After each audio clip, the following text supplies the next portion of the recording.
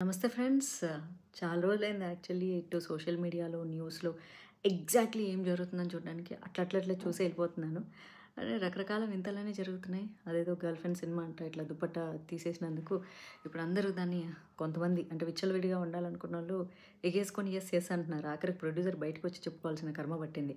చున్నీ తీసేయడం అంటే మీలో ఉన్న భయాల్ని వదిలేయడం అంతే తప్ప గొడ్లెప్పుకొని తిరగమని కాదు అని. అయ్యో దేవుడా!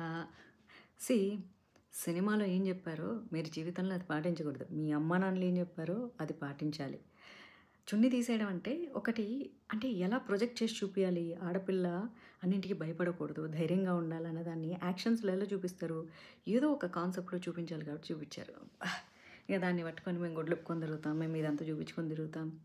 దాని మీనింగ్ అది కాదు. మీ పర్సనాలిటీకి తగ్గట్టే బట్టలేసుకోవాలి. అండ్ నాకు మా అమ్మ, నాన్న చాలా స్వతంత్రం ఇచ్చారు. నా ఇష్టం వచ్చినట్లు నేను ఉండొచ్చు. వాళ్ళు నన్ను అసలు అడగరు, ఏం చేయరు. బట్ నా రూల్స్ నేను పెట్టుకున్నాను. ఎందుకు పెట్టుకున్నాను? పెట్టుకోవాల్సి ఎందుకొచ్చింది? మా అమ్మ, నాన్నలు పెంచిన పెంపకం. అమ్మా, నాన్నలు ఎప్పుడు మంచిగే చెప్తారు. ఆఫ్‌కోర్స్ మనం 50% రిజెక్ట్ చేస్తాము మన కంఫర్ట్‌కి. కానీ 50% అయినా ఫాలో అవ్వాలి.